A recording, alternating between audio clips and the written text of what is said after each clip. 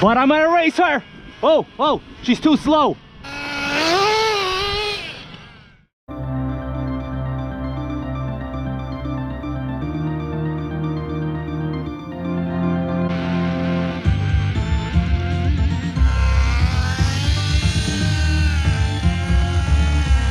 Oh, made it through.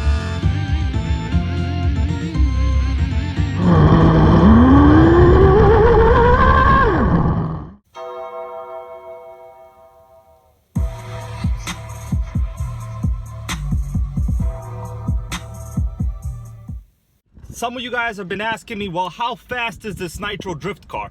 And let me just clarify again, drift cars are not very fast. This is a Nitro. It does have the HPI G3.0 engine with 2.2 horsepower. So this thing is actually a beast.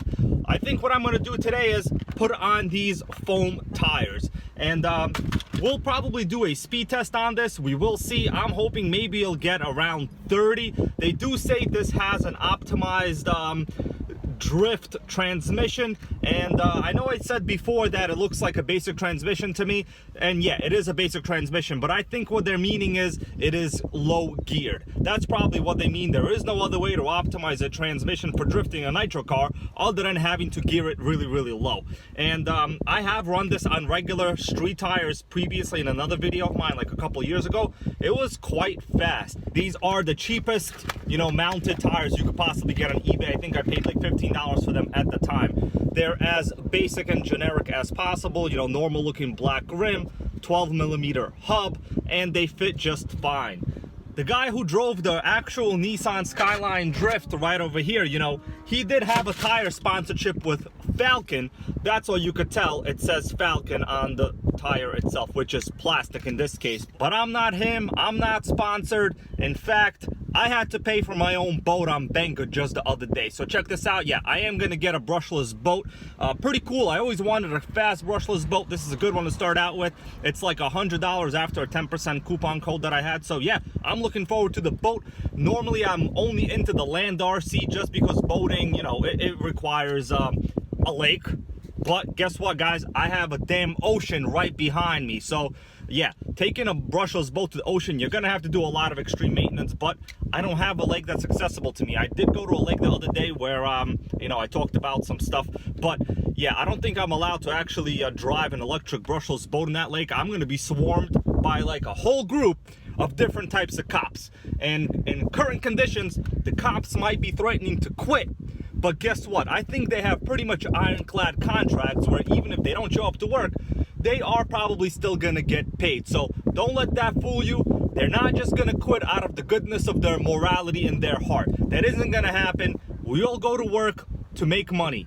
If a job wasn't there to make money, why would you go? Some people say, oh, I have fun at my work. Well, do you enjoy waking up early in the morning? My answer is no. We go to work to have money. So don't start telling me these nonsense stories about, oh, they're doing a moral, but okay, I'm gonna shut up because this conversation is never gonna end.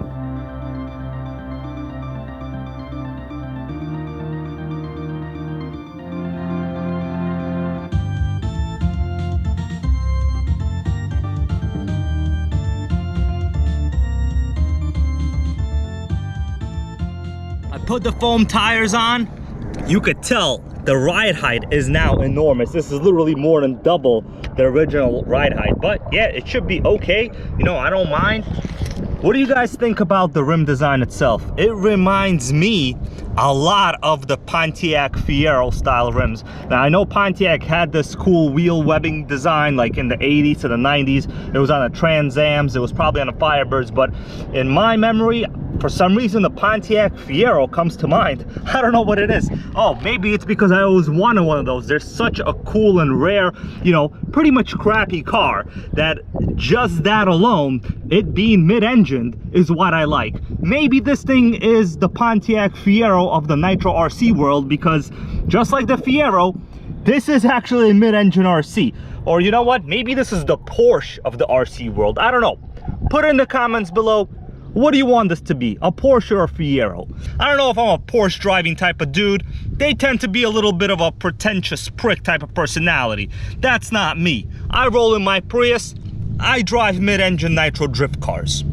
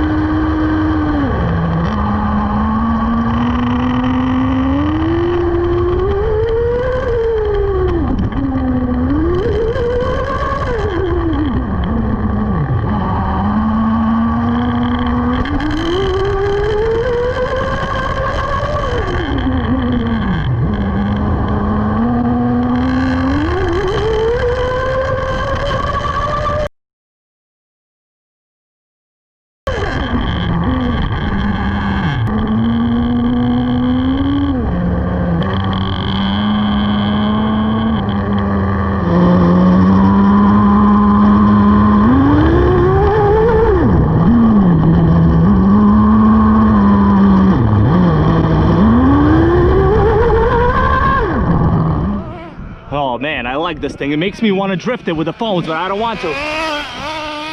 The handling is just so great. Here we go. It's fast, holy moly. Perfect engine tune. I richened it a little bit more from some of those runs. So straight.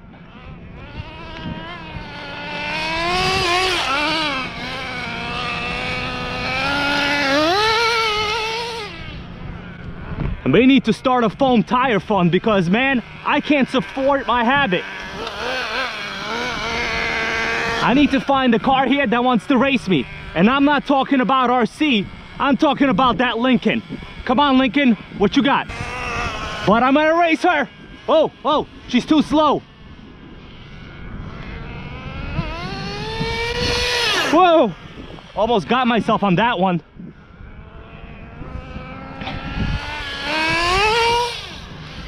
Love this thing, man. Guys, please don't all go on eBay and buy all of these because I might want another one. You're gonna be skyjacking the prices up. What the hell is skyjacking? I mean raising.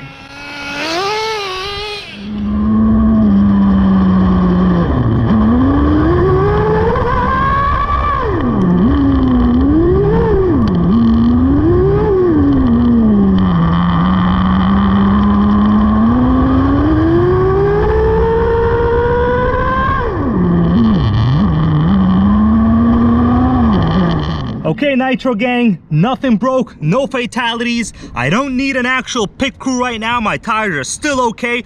Man, this thing looks damn cool with the exhaust coming out the back. I did notice there is a minor design issue with this style of canister mounting. Notice how it's a very high system, meaning the oil literally goes through this straight header. It doesn't go down, it goes straight, then it goes into this canister, which, you know, basically sits on the bottom of the chassis here. So it's a very, very low point, and then it has to somehow come out of this top mounted pipe. Look at all these bends, curves. The oil just basically gets stuck in the system, and if you don't really accelerate, it bogs down, it tends to shut off.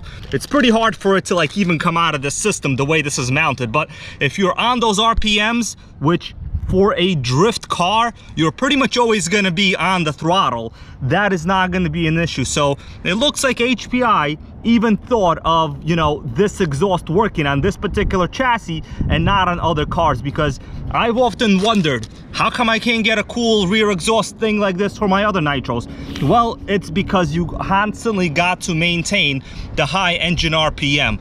The way this thing drove on foam tires, oh man, it was such a good performer. It handled just like any other 10 scale touring chassis. But honestly, I would say it handled even better because the weight distribution here is optimal. This is like, I'm gonna upgrade this from the Pontiac Fiero to probably the ultimate driving machine, BMW, even though I don't like BMW, but I will have to agree that the weight distribution on German vehicles is usually as close to 50-50 as possible. So yeah, HPI Nitro RS4 3 Drift chassis, I give it a huge thumbs up. You know, 2 thumbs up if I wasn't holding this camera and talking at the same time.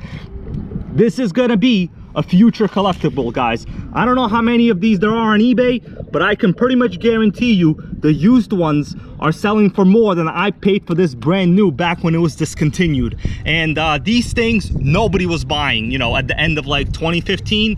Nitro was pretty much dead when this car was coming out, so that explains it for what it is. Thanks so much for watching, guys. Put some comments about this RC. No, I don't want to sell it to you. I'm kind of a Nitro RC addict and junkie, so I keep all my stuff. I'm like the Egyptian pharaohs, you know, they want to be buried with their gold and their worldly possessions. I want you all to know I want to be buried with my HPI Nitro RS4-3 Drift. And of course, every other Revo that I have. That goes without saying, so get a couple tombs. We're gonna need them later. You know what? I want to rant a little bit more. I'm just gonna hold this right here for you guys to look at this insanely cool chassis. If you're wondering how come I have so many parts to, you know, videos that are all on the same car, well, the reason is I'm not a rich dude. I don't have that much memory storage on my laptop.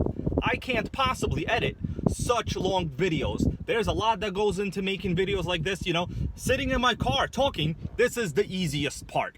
But you gotta have a lot of running footage. Let's say out of maybe, I don't know, 40 minutes of footage that I get, that will hopefully turn into a slightly more than a 10-minute video. Do you know how much memory you have to have on your computer to even edit that kind of footage? Think about it. I have drone footage. I have phone footage, which you're watching right now. I have GoPro footage. And then sometimes I have multiple GoPro footage. It's a lot of damn footage. So yeah, I basically now have to deliver the best story and the best overall in-depth videos possible. I have to split my videos into parts. So this may be a 3-part video. We're gonna see. I honestly believe this HPI Nitro Drift deserves its own YouTube channel. And you know what?